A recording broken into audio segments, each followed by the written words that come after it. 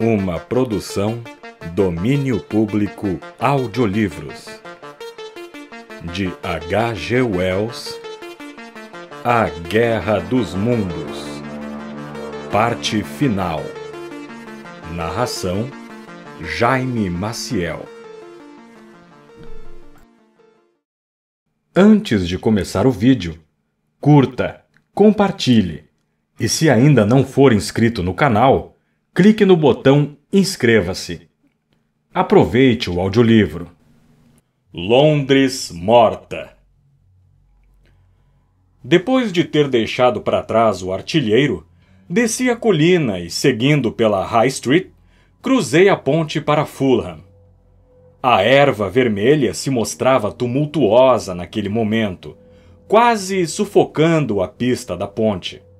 Mas as folhagens já revelavam manchas esbranquiçadas, provocadas pela propagação da doença que, pouco depois, removeu tudo com grande rapidez. Na curva da estradinha que se estende até a estação de Putney Bridge, encontrei um homem caído. Ele estava tão preto quanto um limpador de chaminés, coberto de poeira preta. Vivo, mas mudo e inerte de tão bêbado. Não consegui obter nada dele além de imprecações e furiosas estocadas na minha cabeça.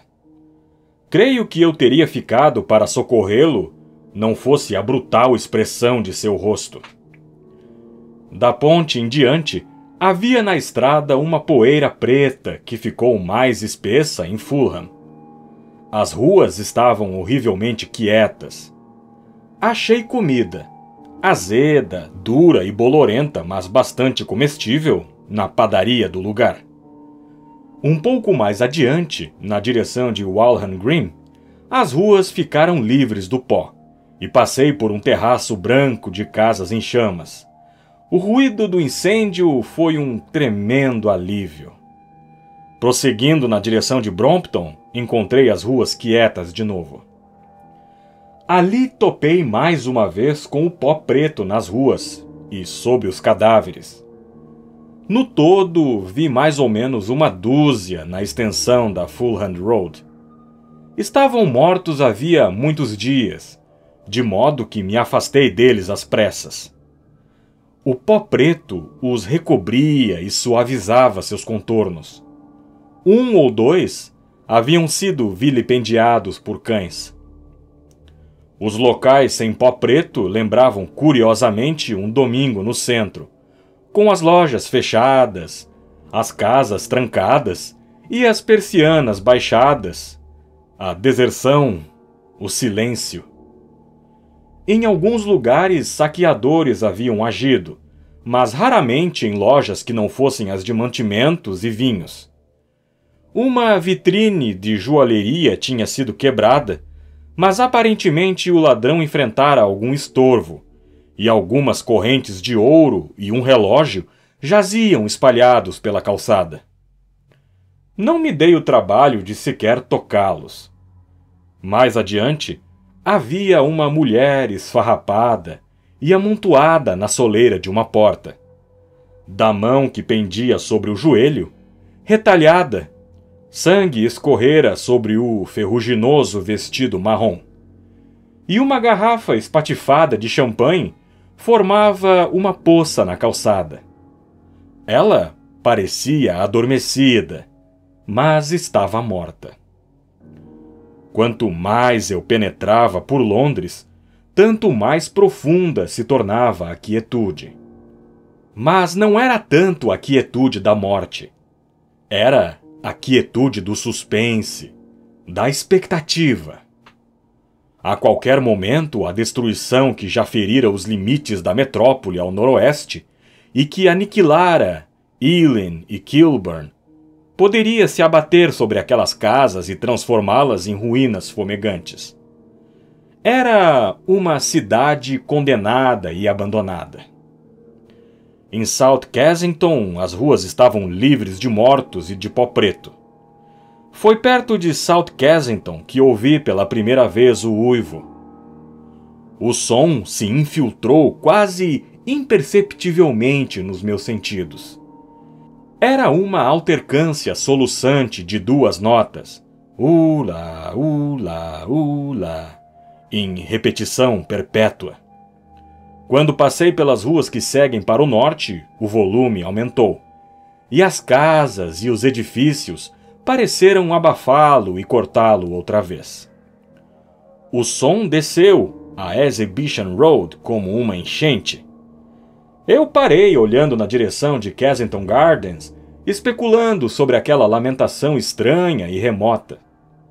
Era como se aquele imenso deserto de casas tivesse encontrado uma voz para o medo e a solidão. Ula, ula, ula, lamuriava-se aquela nota sobre-humana. Grandes ondas de som que varriam a ampla via ensolarada entre os prédios altos de cada lado.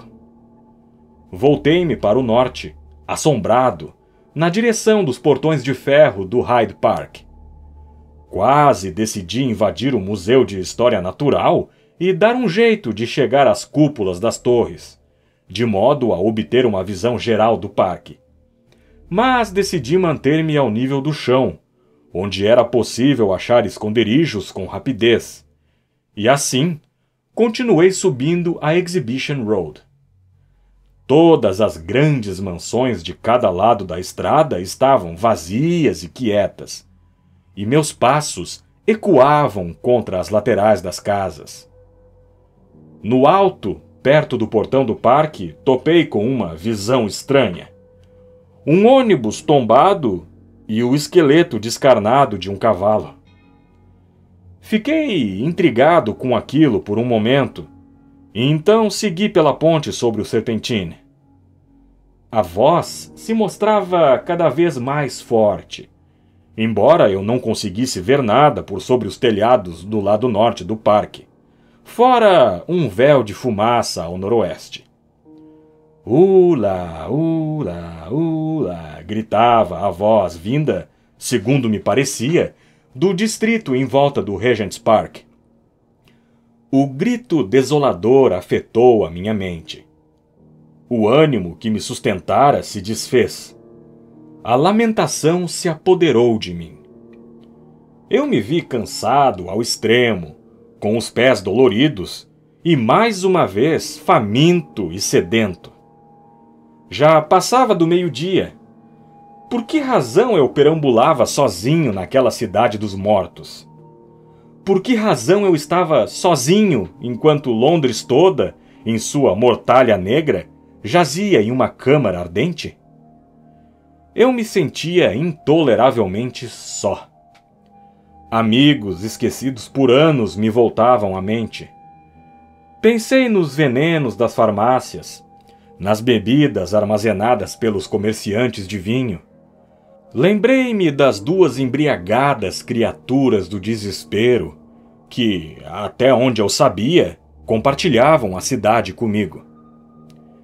Cheguei a Oxford Street pelo Marble Arch, e ali, outra vez, encontrei o pó negro e diversos cadáveres. Além de um cheiro maligno e aziago vindo das grades dos portões de algumas das casas. Acalorado pela longa caminhada, fiquei muito sedento. Com infinita dificuldade, consegui arrombar uma taverna e obter comida e bebida. Fiquei exaurido depois de comer. Passei ao salão atrás do bar e adormeci num sofá preto de crina que achei ali. Despertando, constatei que ainda soava em meus ouvidos aquele uivo funesto. Ula, ula, ula, ula. Já estava anoitecendo e, tendo desencavado alguns biscoitos e um queijo no bar, havia um armário de carnes que, no entanto, nada continha além de larvas, saí vagando pelos silenciosos quarteirões residenciais até a Baker Street. Só posso nomear Portman Square. E deparei-me, afinal, com o Regent's Park. Chegando ao alto da Baker Street, avistei a uma grande distância, por sobre as árvores, na claridade do pôr do sol, o capuz do gigante marciano do qual provinham aqueles uivos. Não me senti aterrorizado. Topei com ele como se fosse uma coisa corriqueira. Observei-o por algum tempo, mas ele não se mexeu. Parecia estar parado e gritando, mas não consegui entender por que razão. Tentei formular um plano de ação. Aquele som de repetição perpétua, ula, ula, ula, confundia minha mente. Talvez eu estivesse cansado demais para sentir muito medo. Certamente eu estava mais curioso do que temeroso por descobrir o motivo daquela lamentação monótona.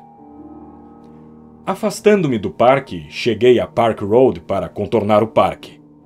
Segui sob a proteção da fileira de casas e obtive uma visão daquele marciano estacionário e uivante na direção de St. John's Wood. A uns 200 metros da Baker Street, escutei um coro de latidos. Vi primeiro um cão com um pedaço de putrescente carne vermelha na mandíbula, vindo em linha reta na minha direção, e depois um bando de vira-latas famintos no encalço dele. Ele fez uma curva larga para me evitar, como se temesse que eu provasse ser um novo competidor. Com os latidos se extinguindo na extensão da estrada silenciosa, o som lamurioso de ula, ula, ula se reafirmou. Topei com a máquina de manipulação sossobrada a meio caminho da estação de St. John's Wood. A princípio, achei que uma casa havia desabado sobre a estrada. Foi só quando escalei as ruínas que vi, sobressaltado, aquele Sansão mecânico jazendo com tentáculos curvados, esmagados e retorcidos, em meio às ruínas que ele criara. A parte dianteira estava despedaçada. Era como se ele tivesse avançado cegamente direto contra a casa e tivesse sido subjugado pelo desabamento. Pareceu-me, no entanto, que aquilo poderia ter acontecido porque a máquina de manipulação escapara do controle de seu marciano. Não consegui escalar pelas ruínas para ver de perto, e o crepúsculo já estava tão avançado que ficaram invisíveis para mim o sangue que manchava o assento e a ruída cartilagem do marciano que os cães haviam deixado. Ainda mais intrigado com tudo aquilo que vira, retomei minha marcha na direção de Primrose Hill. Bem longe, por uma brecha nas árvores, avistei um segundo marciano, tão imóvel quanto o primeiro, parado no parque na direção do jardim zoológico, e quieto. Um pouco além das ruínas, perto da máquina de manipulação destroçada, topei com a erva vermelha outra vez e vi o Regent's Canal, uma massa esponjosa de vegetação vermelho escura. Enquanto atravessava a ponte, o som de ula, ula, ula cessou. Era como se tivesse sido cortado. O silêncio chegou como um trovão. As casas pardas à minha volta mostravam-se débeis, altas, turvas. As árvores na direção do parque estavam ficando negras. Por todos os lados ao meu redor, a erva vermelha trepava pelas ruínas, contorcendo-se para me cobrir na obscuridade. A noite, mãe do medo e do mistério, estava caindo sobre mim. No entanto, enquanto aquela voz soava na solidão, a desolação tinha sido suportável. Graças a ela, Londres ainda parecera viva, e a sensação de vida ao meu redor me mantivera firme. Então, de repente, uma mudança, a passagem de alguma coisa, eu não sabia o quê, e depois uma quietude que se fazia sentir. Nada além daquele silêncio sombrio. Londres à minha volta me fitava como um espectro. As janelas nas casas brancas eram como cavidades oculares de crânios. À minha volta, minha imaginação encontrava 1000 inimigos silenciosos em movimento. O terror me capturou. Um horror da minha temeridade. À minha frente, a estrada se tornou negra como breu, como que coberta de piche, e vi uma forma contorcida estendida no caminho. Não tive ânimo para prosseguir. Voltei pela St. John's Wood Road e fugi desenfreadamente daquela quietude insuportável no rumo de Kilburn. Escondi-me da noite e do silêncio até bem depois da meia-noite num abrigo de cocheiros na Harrow Road. Antes do amanhecer, porém, minha coragem retornou, e enquanto as estrelas ainda estavam no céu, dirigi meus passos para o Regent Park outra vez. Eu me perdi na sequência das ruas, e dentro em pouco vi na descida de uma longa avenida, à meia luz do raiar da aurora, a curva de Primrose Hill. No topo da colina, assomando sob as estrelas apagadas, estava um terceiro marciano, ereto e imóvel como os outros. Uma resolução insana se apoderou de mim. Eu iria morrer e acabar com aquilo. E me pouparia, inclusive, do trabalho de me matar. Segui marchando temerariamente na direção daquele titã. E então, conforme me aproximava e a luz ganhava força, vi que uma infinidade de aves pretas voava em círculos e se aglomerava em volta do capuz. Com isso, meu coração disparou e comecei a correr ao longo da estrada. Precipitei-me pela erva vermelha que sufocava St. Edmund's Terrace. Vadeei com a água pela altura do peito, uma torrente de água que descia do sistema hidráulico na direção de Albert Road, e emergi sobre a grama antes do nascer do sol. Grandes montes haviam sido empilhados pela crista da colina, fazendo dela um enorme reduto. Era o último e maior espaço criado pelos marcianos.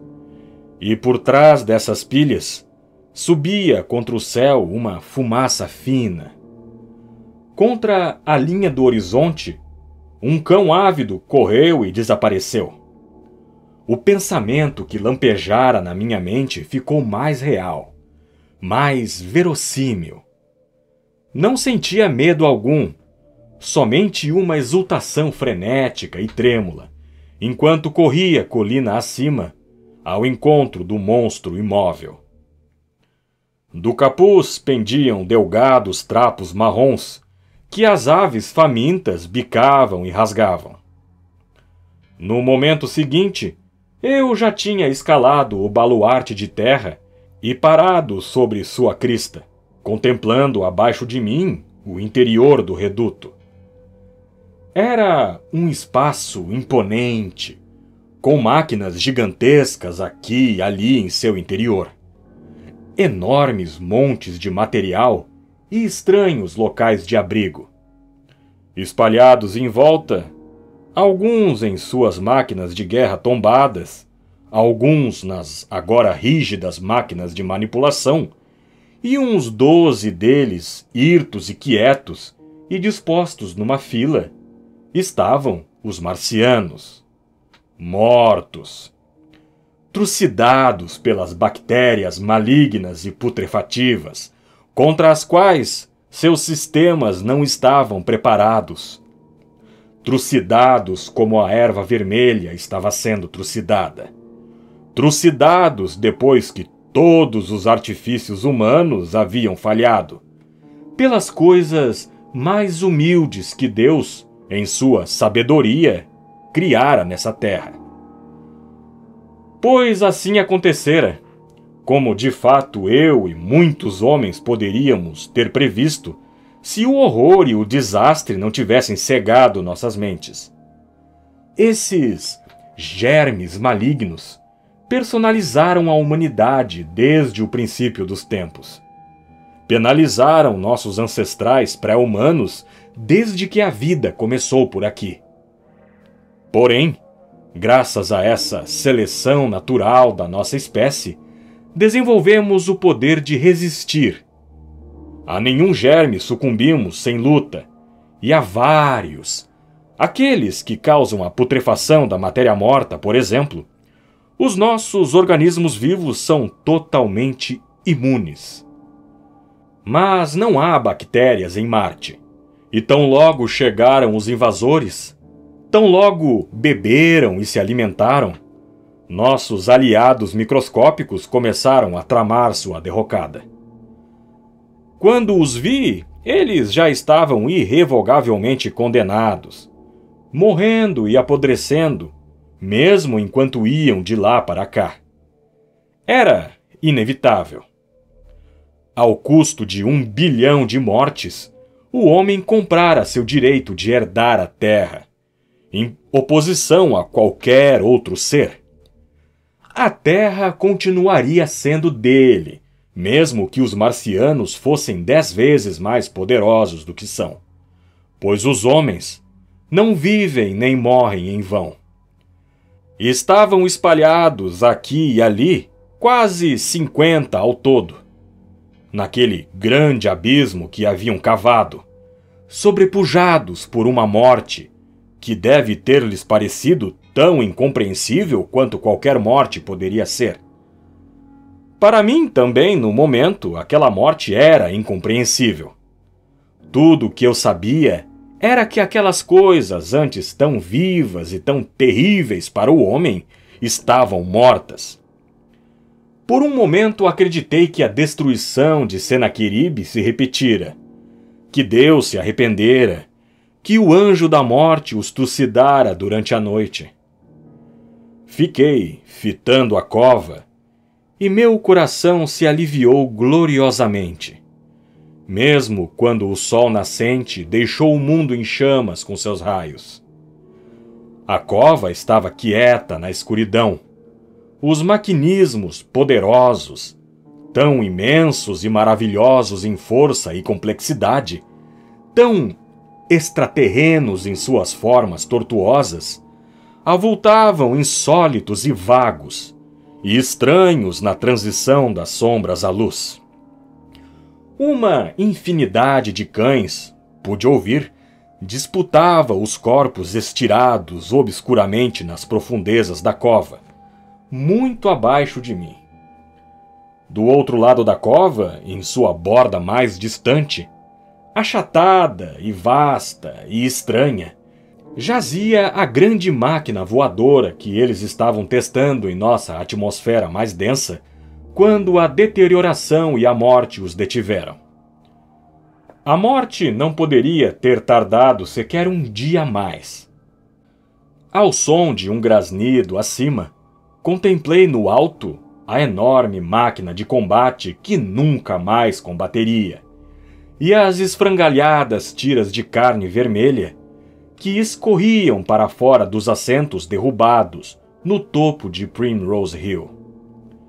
Virei-me e lancei um olhar colina abaixo para o ponto no qual, aureolados agora por pássaros, estavam os outros 2 marcianos que eu tinha visto à noite, na exata posição em que a morte os apanhara.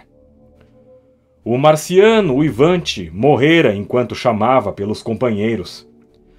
Talvez tivesse sido o último a morrer, com sua voz repercutindo perpetuamente, até o esgotamento da energia de seu mecanismo. Eles cintilavam agora, inofensivas torres trípodes de metal brilhante, na claridade do sol nascente. Por todos os lados em volta da cova, e salva como que por milagre da destruição eterna, estendia-se a grande mãe das cidades. Aqueles que só viram Londres envolta em suas vestes sombrias de fumaça, mal podem imaginar a beleza límpida e crua do silencioso ermo de casas. A leste, acima das ruínas enegrecidas do Albert Terrace e do pináculo estilhaçado da igreja, o sol deslumbrante ardia num céu claro, e aqui e ali, alguma faceta na grande imensidão de telhados captava a luz e refulgia com branca intensidade. Ao norte estavam Kilburn e Hampstead, azuis em apinhados de casas.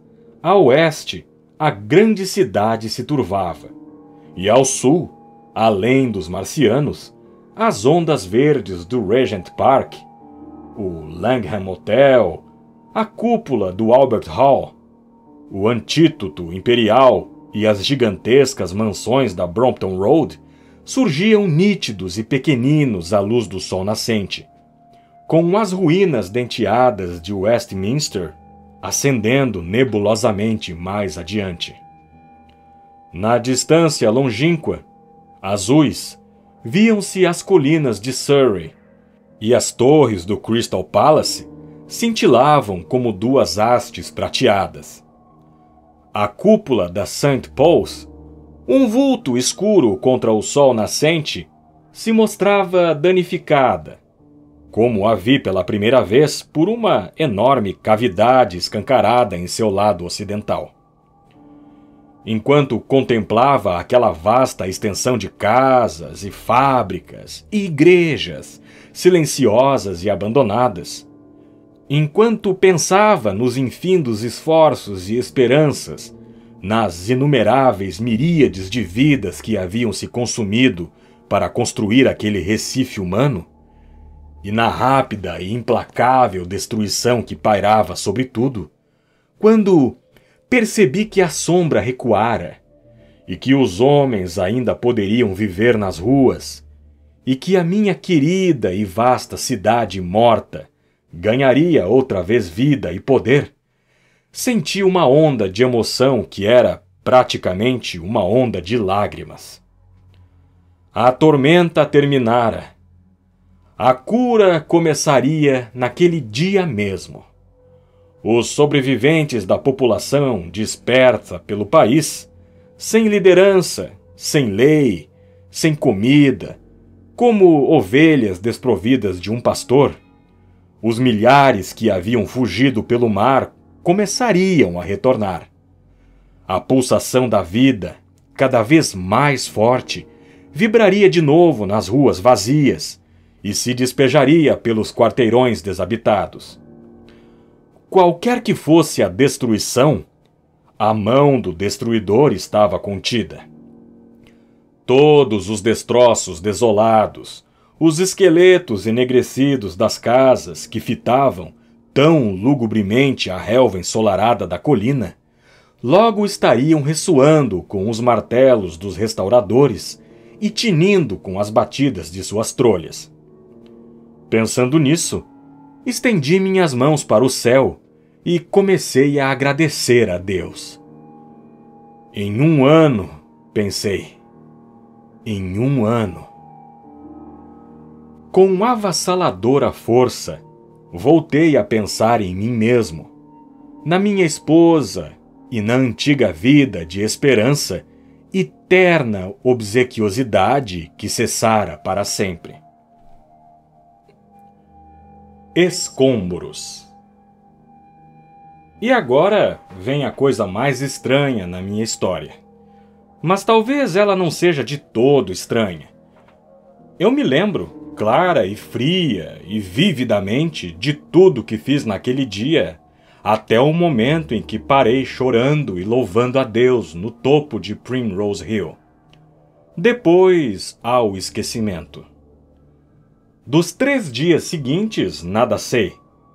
De lá para cá, fiquei sabendo que, longe de ter sido eu o primeiro descobridor da derrocada marciana, diversos andarilhos em situações semelhantes à minha já tinham feito a descoberta na noite anterior.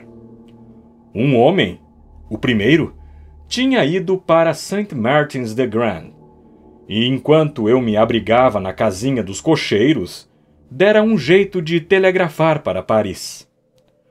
Com isso, a novidade jubilosa logo correra ao mundo todo.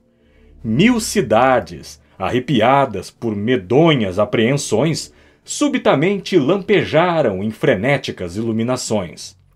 Dublin, Edimburgo, Manchester e Birmingham já estavam a par da boa notícia no momento em que parei à beira da cova.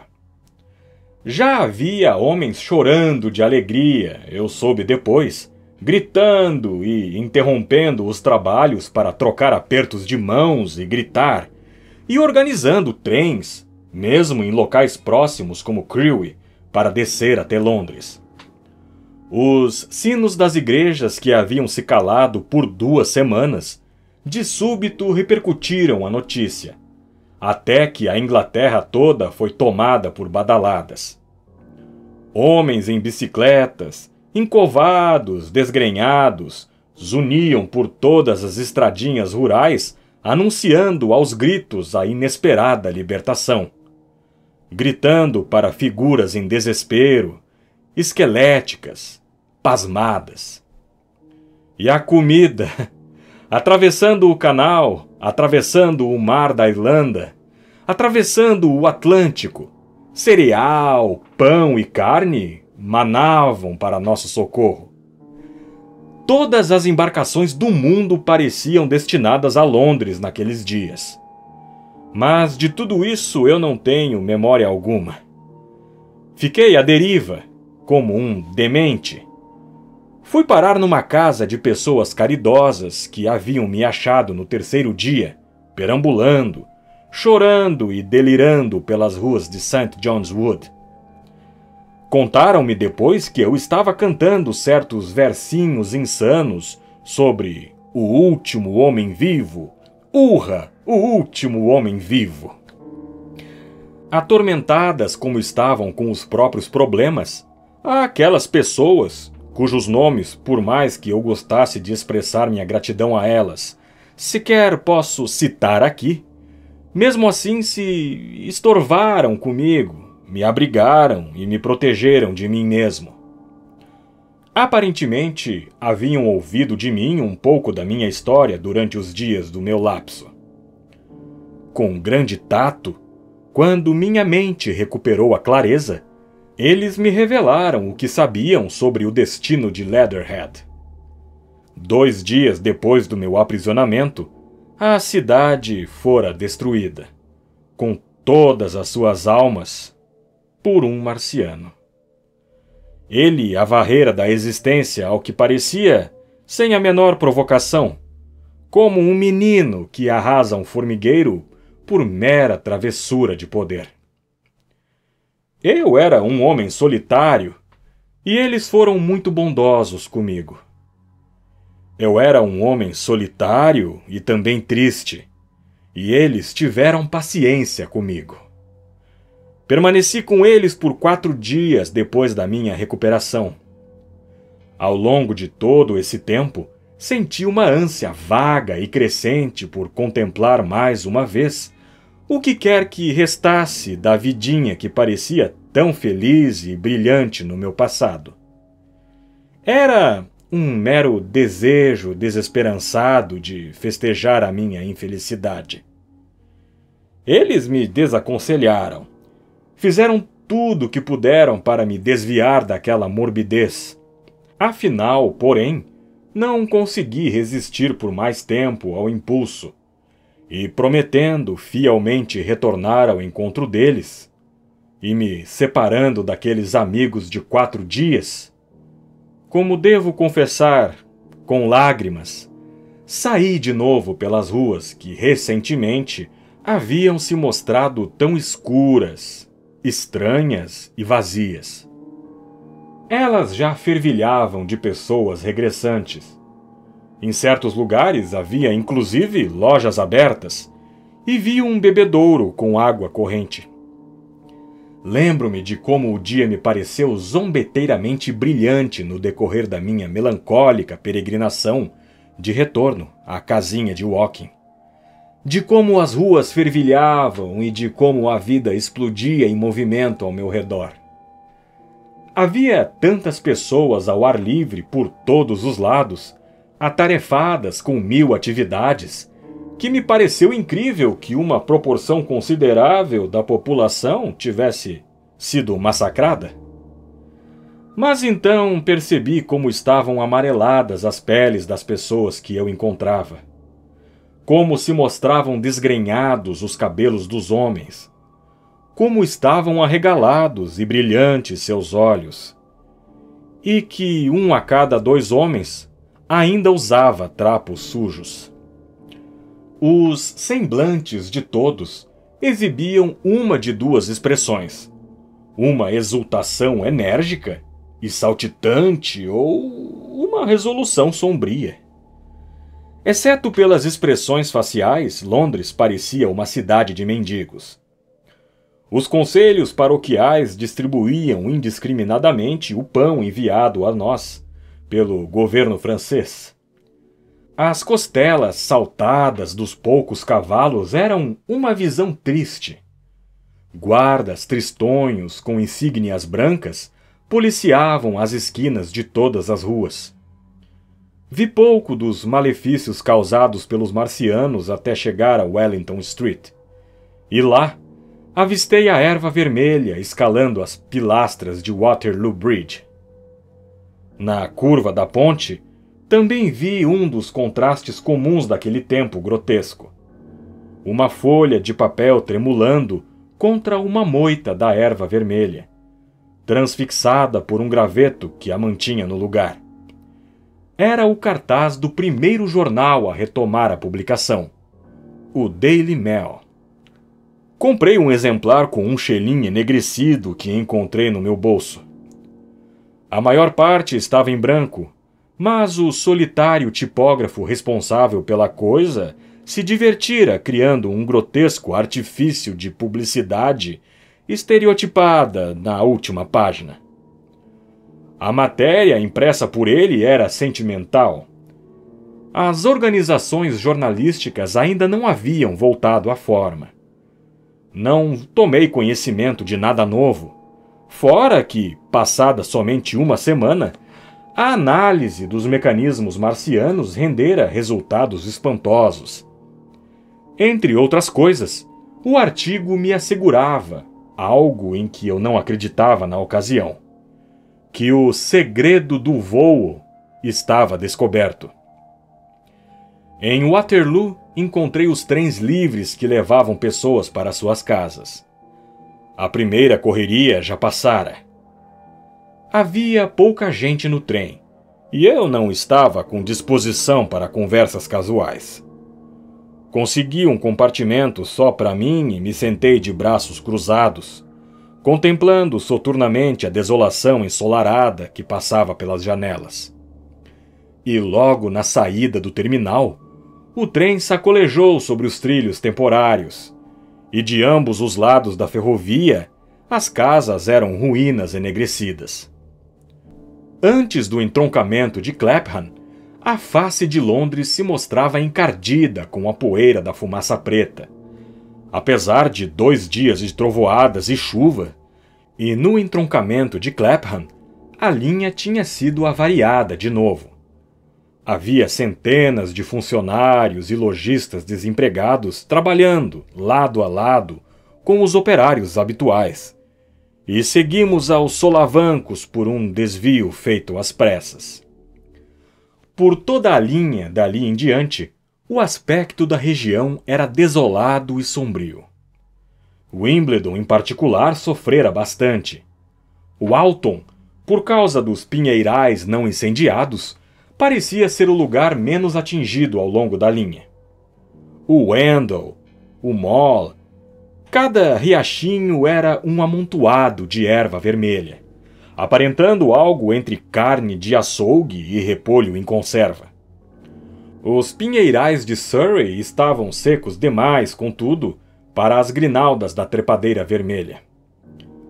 Além de Wimbledon, em certos viveiros visíveis do trem, estavam os volumes de terra empilhada em volta do sexto cilindro.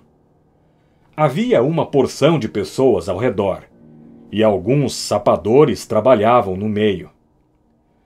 Acima deles se agitava uma bandeira nacional, que tremulava alegremente na brisa da manhã. Os viveiros estavam tomados de um tom carmesim em toda a parte devido à erva, uma vasta extensão arroxeada, cortada por sombras púrpuras, que doía nos olhos. O olhar se transferia com infinito alívio dos cinzas calcinados e vermelhos taciturnos do primeiro plano para a suavidade azul esverdeada das colinas ao leste. A linha no lado londrino da estação de Woking ainda estava passando por reparos, de modo que desci na estação de Byfleet e peguei a estrada para Maybury. Cruzei o lugar onde eu e o artilheiro havíamos conversado com os ursados e passei pelo ponto no qual o marciano aparecera diante de mim na tempestade. Ali, movido pela curiosidade, desviei do caminho para encontrar, entre um emaranhado de folhagens vermelhas, o cabriolé empenado e quebrado, com os ossos esbranquiçados do cavalo espalhados e ruídos.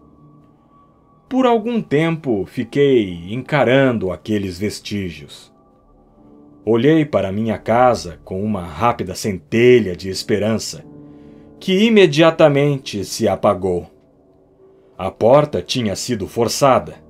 Não estava trancada e se abriu lentamente quando me aproximei. Ela bateu com força de novo. As cortinas do meu escritório adejavam para fora da janela aberta pela qual eu e o artilheiro havíamos vigiado a aurora. Ninguém a fechara desde então. Os arbustos esmagados estavam exatamente como eu os deixara, quase 4 semanas antes. Dei um passo vacilante vestíbulo adentro e senti que a casa estava vazia. O carpete da escada se mostrava franzido e desbotado onde eu me agachara, encharcado até os ossos pela tempestade na noite da catástrofe. Nossas pegadas lamacentas, eu vi, ainda subiam os degraus.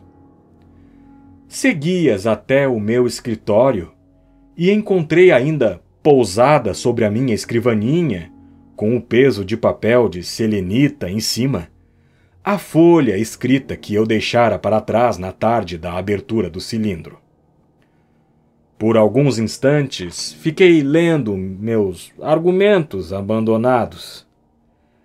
Era um artigo sobre o provável desenvolvimento das ideias morais com o desenvolvimento do processo civilizatório, e a última frase era o início de uma profecia.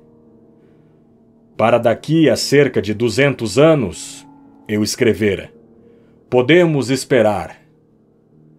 A frase terminava abruptamente. Recordei minha incapacidade de concentrar minha mente naquela manhã, mal passado 1 mês, e como eu saíra porta afora para pegar o meu Daily Chronicle com o jornaleiro. Recordei como desci até o portão do jardim enquanto ele passava, e como eu escutara sua história esquisita sobre homens de Marte. Desci e entrei na sala de jantar. Lá estavam a carne de carneiro e o pão, ambos em estado avançado de putrefação, e uma garrafa de cerveja derrubada. Todas as coisas na exata posição em que eu e o artilheiro as tínhamos deixado. Meu lar era uma desolação. Percebi o desatino da débil esperança que eu acalentara por tanto tempo.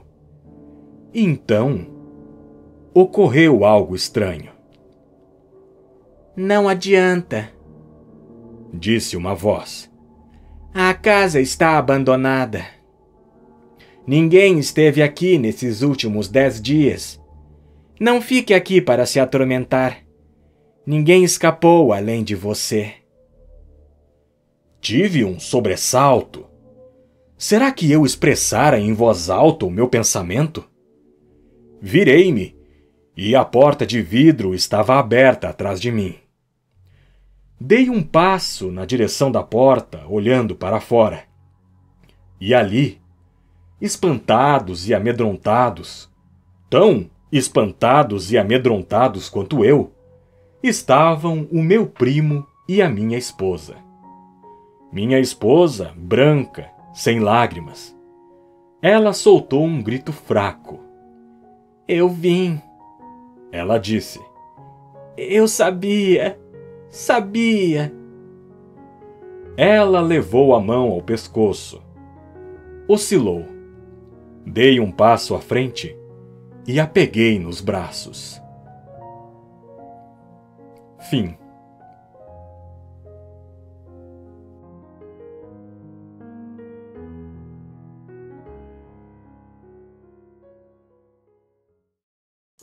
Você já pensou em se tornar membro do canal?